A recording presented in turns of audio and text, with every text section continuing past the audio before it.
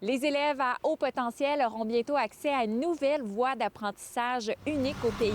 L'École secondaire de Bromptonville présente Savoir plus. Le programme Savoir plus offert à l'École secondaire Bromptonville a pour but de répondre aux besoins des plus doués. Il était un petit peu tanné d'avoir trop de temps libre en classe au primaire. Il avait le goût d'être plus nourri. Donc, quand on a fait le tour des écoles secondaires, ce programme-là lui a particulièrement parlé. Puis c'est lui-même qui a dit « Maman, moi, c'est ici que je veux aller. » Un parcours stimulant avec un groupe à ratio réduit et un contenu enrichi. On accélère le contenu québécois et ça nous dégage du temps pour faire le contenu de la 12e année du Nouveau-Brunswick. Donc, à ce moment-là, un élève qui finit ses 5 années avec nous dans le programme Savoir plus va avoir une double diplomation. Le diplôme d'études secondaires du Québec et le diplôme d'études secondaires du Nouveau-Brunswick. Le programme va permettre aux diplômés d'aller directement dans certaines universités du Canada et ce, sans passer par le cégep.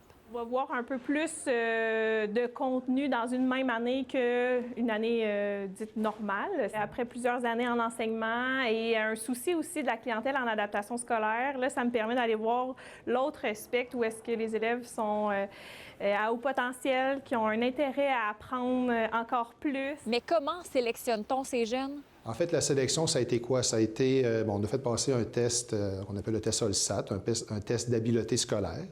On regardait évidemment les bulletins. On a aussi demandé aux parents de compléter un questionnaire pour nous présenter leur enfant. C'est quoi les signes qu'ils ont eus depuis son enfance qu'il y avait peut-être un enjeu de haut potentiel? Et on les a rencontrés ici à l'école en avant-midi pour qu'ils nous présentent une de leurs passions.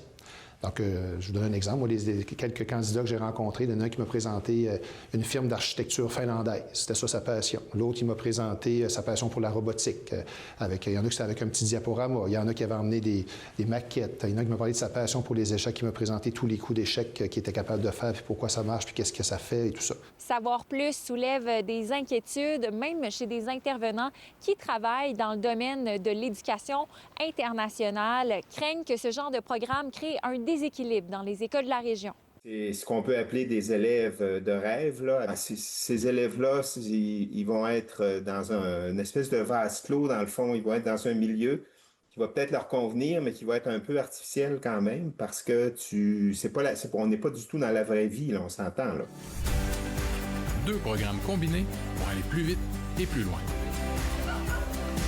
C'est toujours cette notion-là que l'éducation est une course, que l'éducation est une compétition, un peu comme des Olympiques, avec les résultats les plus élevés possibles qui vont ouvrir les portes des établissements les plus prestigieux possibles et d'avoir accès aux emplois les mieux rémunérés aussi.